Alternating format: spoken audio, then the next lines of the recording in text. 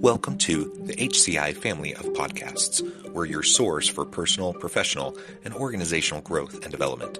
We share our own original research, explore industry trends, and interview executives and thought leaders from across the globe. Join us for practitioner-oriented content around all things leadership, HR, talent management, organizational development, and change management.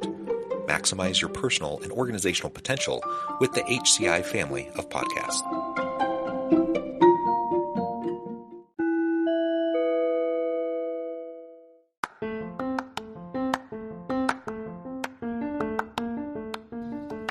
Welcome to the podcast. In this podcast episode, I talk with Michael Teape about what to do when your leaders struggle to perform.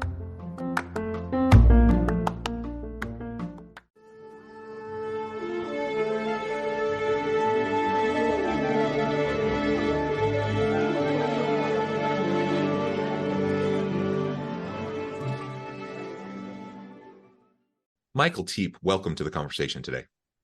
Thank you. It is a pleasure to be with you. You're joining us from Connecticut. I'm south of Salt Lake City in Utah. And today we're going to be talking about what to do when your leaders struggle to perform. We talk a lot about leadership on this show. We talk a lot about what to do with team members who aren't performing, but we haven't talked a lot about what to do with those who are leading who aren't performing. And this is a really important question. And frankly, I think a lot of organizations are struggling with it. There are layers of leadership. And so you always are accountable to somebody. Even if you're the CEO, usually there's a board you're accountable to, and all the way down the hierarchy, there's always people you're accountable to. And sometimes leaders just aren't doing what they need to be doing. And that can be a difficult, challenging conversation to have. So we're going to unpack that and explore that together today. As we get started, I wanted to share Michael's bio with everybody. Michael Teape, since 1994, has been conducting business and personal effectiveness design and delivering training, coaching, and train the trainer programming, also training strategy development for a wide spectrum of clients. He works for global corporations, leading training firms and universities, as well as small and mid-market businesses. Mike has obtained unique and relevant market experience in helping companies achieve their goals. Training globally provided him with a rich understanding of cultural differences, as well as global experience in train the trainer skills. Great background. Anything you would like to share with me or my audience by way of your background or personal context before we dive on into the broader conversation? Well, thanks, John. Yeah, I'm really your people development partner. So what I love to do, and particularly in the leadership space, is to come into organizations, what's the challenge or what's the journey you're on, and make positive difference. So that could be anything, any training solution, coaching, bringing your C-level together, all those wonderful things. So it's nice to be able to contribute like that throughout organizations. Yeah, it's a fun space to be in, and it's a high impact kind of a career. I always think, because you're not only impacting, if you're coaching that individual you're coaching, usually they have influence and they are responsible for teams. And so there's ripple effects. Or if you're doing training, or certainly train the trainer, where you're training people how to train people, there's all these ripple effects. And I think there's a high potential for strong positive impact within organizations through the type of work that you do. So I appreciate that. And like I mentioned in the intro, I think most organizations need more of this. And it's a hard thing, because when budgets are tight and the economy is not in great shape, this kind of stuff is often some of the first things that companies get rid of to cut back on budget. But man, it's probably when they need it the most. it is. Yeah, it's not seen as an investment unless the leadership gets it already. Do you see what I mean? They've already been exposed to what it can do to have your leadership team or leaders or your people talk about culture in the right way. And that's highly interactive, their thought process, and connecting them with what they need to do. Where's the organization going? How do they contribute? Because people, unless they understand their purpose and find their place, they're lost at best, complain in the middle, and leave at worst. Yeah. So, and I've actually found that people tend to engage with me those that have the vision and want to help their teams grow. But I start with, oh, there's a need. We need to revamp our values, ethos, purpose, structure. Or we have this leadership program we want to run globally. And once they see it, then it's like, it's a light bulb. Oh, okay, I can see how this could be useful. So yeah, that's how I like to work with, very organically, with Yeah. organizations. I'm not selling one product, and nor should anyone. It should be about what's needed, right? And in the leadership space, all the situations are slightly different, but there are certain Yeah. techniques we can use to help people connect to it. Yeah, I appreciate that. And before we really dive on into the topic, I want to double click on that for a minute because that's really, Hmm. really important. You see, I think, unfortunately, too often you see these off the shelf solutions that are Hmm. presented, from consultants or agencies to organizations. And the problem is no two situations are exactly alike. Every context is a little bit different. So even if, I'm doing a train the trainer, at X Hmm. company, in a particular industry, a particular size, a particular makeup, and then I move on and do a train the trainer in Y company, very similar Yeah, it's demographics, different. same Yeah. industry, same size. It could seem easy to think, oh, this is just an off the shelf solution, no customization Yeah. needed, and everything's going to be great. In my I, experience, though, there are always nuances. There's always contextual differences, and you always have to make adjustments. And if you don't, you may not actually be tackling the real problem at hand. You might be addressing surface level issues, but you're probably not getting at the root causes of the challenges that organizations are facing. yeah, you're actually adding to, if leaders are already struggling, you're adding to their problems by Mm-hmm. getting them to do more administration, run out a global program, turn up, do a speech at the beginning, then they've got to do all these one-to-ones afterwards. And did that really solve the problem? So it's a double-edged sword, isn't it, Yeah, John? yeah, You need some consistency so people understand the main things. And what it is, if you can pull the models that are best practice over time, which is, I love to do that, pull a model and then you apply it to the real situation. mm-hmm. That's where the gold is. Yeah. Yeah, So I don't like to do off the shelf. But what I do is I can do something in mid range where I'm not sure. going to recreate the wheel. If there's a best practice for, yeah, a coaching model is a coaching model. So if Yeah, you've got leaders who are struggling with coaching, actually talking and asking questions and are more authoritarian, then I will pick that and then apply it. How does this work for you? How can you bring it to life? But I don't want to change the person into robots. I don't want leaders, they all follow the exact same process over and over again for how they communicate with their employees. It's just like you said, it's very vanilla, and you don't achieve the what we want. What do we want from people, right? We want them to be proactive. We want them to connect to purpose and give us their full focus and energy when they're at work. They're not going to do that if you're say, do this, do that. You know, yeah. when a And leader when leader says jump, we don't want everyone to say, "Well, how high would you like me to jump?" It just doesn't work. Yeah. exactly. And unfortunately, that's a too common kind of mindset, I think, for a lot of Yeah. leaders and for a lot of organizations. Anyways, I just wanted to briefly emphasize that. I really appreciate, you're articulating the need for some form of customization and making sure that what we're doing actually fits the context that we're in and is Mm. applicable within a particular set of circumstances, because that's really important. Okay, now let's drill in, and I want to talk again more about what do you do with leaders who aren't performing. And to start off this conversation, I wanted to share an anecdote. So this was a few years back in Utah. We have what's called Silicon Slopes. It's a pretty vibrant tech scene. We call it Silicon Slopes because there's mountains, and we're in a valley, and it's very vibrant, akin to Silicon Valley. So that's what it's kind of been termed. And there was a major tech company that I was doing some work with, global tech firm that's headquartered, and they were dealing with a challenge, and really after trying to understand what was happening, they were losing a lot of good people, lots of turnover, like Mm. in one division, a disproportionate number of people leaving, good people with good performance. And as we drilled into it more and more, what we found was there's this one key kind of mid-range executive over that division, who was incredibly problematic. And Right. it went on for like 2 or 3 years. And they just Mm, kept on losing good people, problem spreading. And it really took 2 or 3 years before this was something that the organization was ready to tackle.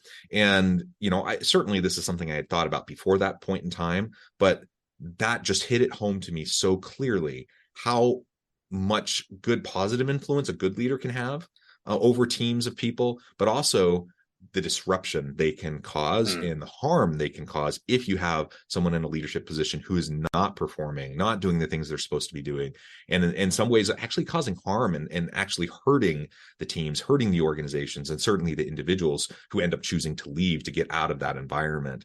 So I suspect when we all sit back and reflect, we've probably all experienced some level of that in our working life, where you've seen less effective mm. leaders who may, despite whatever their best intentions might be, maybe they're mucking up the works a bit or causing problems or just making things more difficult than they need to be. So that's the question is, I guess, first, like, how do you identify that? So if I'm, in this particular context that I was just describing, this tech firm, this kind of mid-range executive over a division, he reported to somebody and it Mm. was lost on them for like a couple Oh, years. So yeah. there was a problem there. Like, how do you make sure that you're tuned in and aware of the problems that might be happening from people who report to you, the leaders who report to you? What mechanisms are in place for, say, employees who might be caught in a bad system, in a Yeah. bad environment? And then how can you either make a change or proactively coach and mentor that leader so they can turn things around and actually, fulfill their leadership potential so that they can have dynamic teams? That's a lot that I just shared, but I Yeah. I wanted to mean, share that as kind of an intro. which one of the 15 would you like me to start with, John? Um, right? Because so there's let's break that apart, right? There's the leader that should have noticed, right? We have very privileged positions. We come into organizations usually when something needs to be fixed. And in a better position is, hey, we want to drive something forward, but this is where something needs to be fixed, and we're usually late to the party.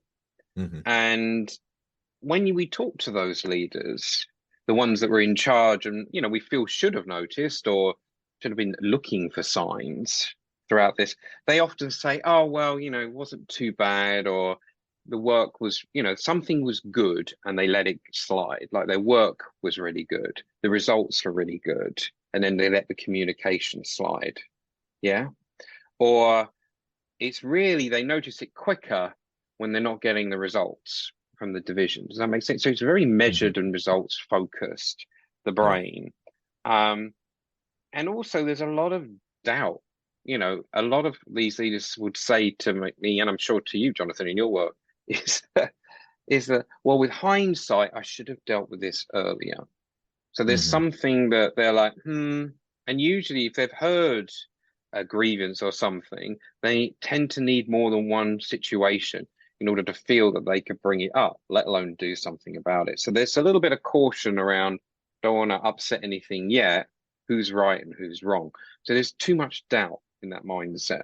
And that's from a leader's point of view, if you're struggling with that, it's always, well, what am I one-to-one saying? What is the culture that I want all my leaders? How do I want them to communicate with their people? Um, when they bring up ideas, are they judged and pushed to one side? That's one of the biggest ones. How does a manager receive effective challenge from their employees? It's a big Mm-hmm. sign. So there are key moments in communication. But what they're not doing is thinking about, well, okay, do I deal with this situation? Could I make it worse? They're in Yeah. an away state. They're like, it's my job to make sure that this area works well. And I can see something here. I'm not quite sure what it is. So the caution is I won't do anything until it becomes serious. So that's the human mindset. Mm-hmm. When it comes to you running that's what I've found when we find Yeah. running a Yeah. division. What we need is someone in a curious state. Oh, that's interesting. Well, perhaps I should have a good conversation with this leader. Hey, what happened here? How's it going with the communication? And then you need to set up your organization, as you mentioned. You need ways to see this yourself, the feedback loop. Are there skip level meetings in your organization? Are the teams allowed time without their manager to express it? And we see those mechanisms in, the employee survey, for example. Everyone's filled in one of those. And you're like, nothing's going to happen on this, it's anonymous. But really, it is batched into areas and they do take it serious. It's Or at least difficult to hopefully they see do, right? trends. Well, yeah, let's just say that they're like, oh, so that's for example, I'm doing some work on how managers receive effective challenge. It's top of mind at the moment. It's a big project across a large financial institute out of New York, and their employee survey really showed that I don't think my manager's supportive. And I'm like, okay. And it wasn't that much. It was still okay, but it had Mm-hmm. dropped. So Mm-hmm. they scratched that itch and they went back and they were like, okay, well, let's interview a few people. Let's be curious about it. We don't know what the problem is yet. We don't know how to solve it yet, but we can ask some questions and ask in that general area. And they found that they felt they were being dismissed. Whenever they brought up an idea, it was either we've tried that, it doesn't work, we haven't got time for that, we need to drive ahead. And you Mm-hmm. can understand those pressures. Every leader knows that pressure. It's like, we got to get this done, pressure. But it was affecting and people were leaving. People were saying, well, there was an uptick in people leaving the company, and exit interviews are another great indicator. So you need some way to get the feedback in. You can do it formally. I personally prefer the level up meetings, the coffees, and asking really good questions. Yeah, really good questions. And those questions have to be exploratory as to around the environment. And you can use some of the employee survey questions as well to do that. That gives you a barometer. And then you compare that with your manager. You have to have conversations with them. And I find that saying things like, my expectations of you as my manager is to be open, to be inclusive of ideas. And you can actually give them examples where you've seen that hasn't worked. So that's where I would start, because it doesn't cost a lot of money. Mm-hmm. All it does is we're changing from being defensive to a future state, curious. I wonder what's going on here, and having a little scratch around without feeling like I don't know the answers, being very open about it. Which is not what we feel we're paid for as leaders, is it? So yeah. Yeah, I was having a conversation yesterday with kind of a mid-range executive, um, and this individual was facing the common challenge that I think a lot of leaders face, where they just felt like they're spending the vast majority of their time putting out fires constantly. Every day was just putting out new fires. And so we had a nice conversation around like strategies that he could employ to start being forward looking and proactive and setting up a context, creating an environment where he can understand what's happening, be curious, and in that proactive sense, like you create an environment where you're actually undercutting the fires before they ever happen, right? Yeah. Yeah. It takes time, it takes extra energy, and sometimes you don't feel like you even have that time to invest. But if you can start to carve out the time to do that, even in small chunks, then little by little you can start to see the fires reduce a little bit. That frees up some more time that now you can invest more time into it. And there are always going to be some fires. That's inevitable. But if you feel like you're dealing with fires all day, every day, and that's all you're doing, and you're constantly in crisis mode, if that's how every day is, every week, every month, then I think that says more about your leadership style and your approach of engaging with your people and the type of communication that you're having than it does about the actual nature of the circumstances that are arising and the fires that you're having to deal with. Nobody should have to deal with constant fires every day. And even in challenging times, there should still be a mix of like forward thinking strategy and visioning and those sorts of things, creating the culture, sustaining the culture, mixed with the nitty gritty of the day-to-day things that need to get done, addressing the problems that arise, etc. And I don't know if you've experienced that, but it just seems like so many leaders get caught up in the grind and just end up spending all their time putting out fires. And ultimately, that isn't going to get you to a place of high performance, high productivity, and innovation, so you Yeah. can do cool Yeah. stuff.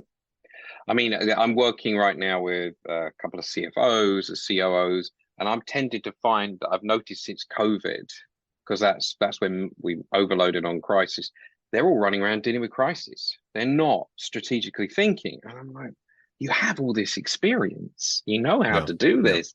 And I was having a conversation with a CFO just this week, and she was telling me that, well, actually, Mike, I like a crisis. My mind works like that. And I said, no, I think you've got used to it.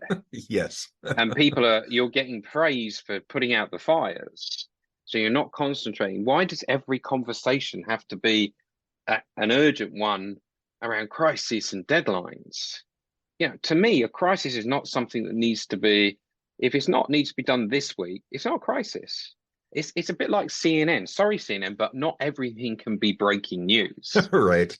Remember when there was an aeroplane, one of the Malaysian airplanes, a terrible incident, but it was like breaking news for days while they were trying to work out. And I was sitting there going, at some point, I need to calm down and think about my work. And Mhm. it's the breaking news concept is just what is the one priority you need to focus on? Let's get back to being strategic about it, right? And you Let's you just hit on calm something that ourselves I think, down. yeah, you hit on something that I think is really important. Mm, It's the dopamine hit that you get from putting out a yeah, crisis and people praising you. Like yeah. you really can get into that pattern and the habit of just thinking this is the way I function. This is the best way, and I'm getting things done. I'm solving crises. But it's not the most effective way to go about leading a team. And I've also noticed, I've seen some leaders who, have taken a bit of a political hit because they put so much time and energy into creating the environment, the culture, Mm, doing the legwork behind the relationships and building the trust and all that stuff that then creates a humming, fine-tuned machine, the humming team that just mm, moves along. And then, it can, in certain circumstances, you can take a bit of a political hit as a leader because now people are looking at you and they're like, what do you do all day? I don't see you putting out fires all day like I put mm. out fires all day. And I've seen those types of dynamics arise from time to time. And then I ask myself the question, what is it about like society that makes us think that the Well, ideal is putting out fires all day? And there's a lot we could unpack there, but you just hit one example of like the breaking news mm, in the news. I think of like a popular show, Suits. Have you ever seen that show? yes, yeah, So yeah, Suits yeah. is an example. If anyone's seen that show, it's popular, right? Lots of people have seen it. Um, Everything is a crisis in that show. Every last episode, there's like major Mm, crises every minute of every hour of every day. And that's not how a real organization should work. And so, anyways, people see that and then they start to idolize it and they see, oh, a great leader is someone who can, put out mm. those fires constantly. And I think that gets reinforced in organizations. It's not a healthy mindset to have in how we approach our leadership. No, they're being disrupted. Mm-hmm, This is the thing. They're being disrupted from doing the work they're paid to do. And mm-hmm, and then they're feeding off of that. You get the dopamine release. So when the leaders struggle, they struggle when they get disrupted. Yeah. And they often lose sight of the overall arching goal or the problem and work on that and work on you know, um, they work on the crisis at hand, fixing little things. Really, you've got a team to do that. So, mm-hmm, mm-hmm, and also how you deal with the team and asking them to think about their crises as making things better mm-hmm. rather than you have to get this fixed because we clients are waiting for it, blah, blah, blah. Let's make this better. Let's do this the right way, the first way. So let's take some time. So actually what you're doing is like a pendulum swing from overreacting right through to underreacting. Oh, well, I'll ignore that crisis. It's not important. That's what people do. They like, Mm-hmm. well, these crises aren't important, but these are. I'm going to work on this. But we want the pendulum to swing into the middle and get adaptive Yes. calm so people can scenario plan. It's actually part of psychological safety when it comes to Mm-hmm. the culture. Do you have an area where people can look above the parapet and I think, oh, that's interesting. What's going on here? And that's where we get the better results and longer lasting. If we don't have direction and North Star, is it safe to fail? All of those things. When you become disrupted, you're struggling.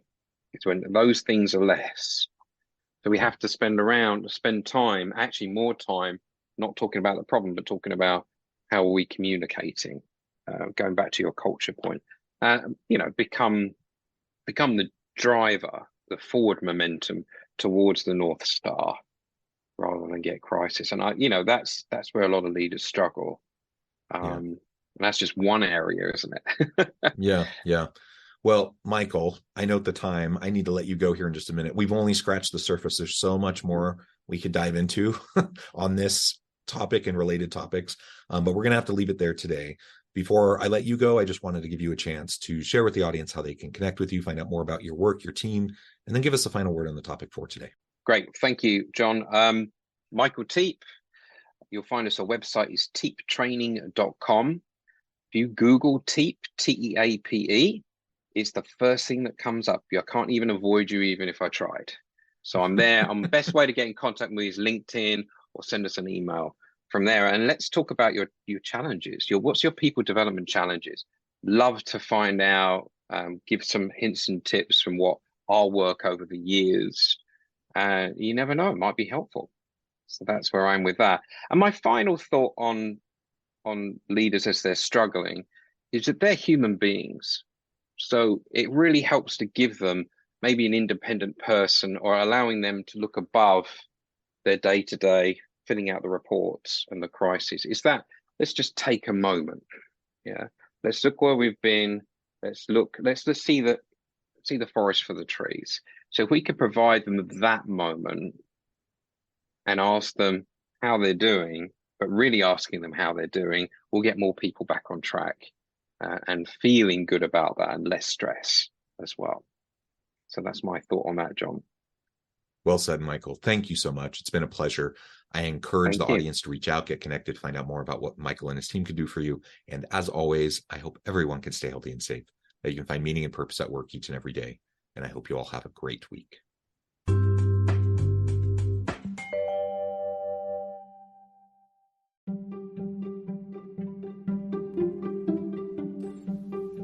Thanks for joining us for this episode of the podcast. We hope you stay healthy and safe, and please join us again soon.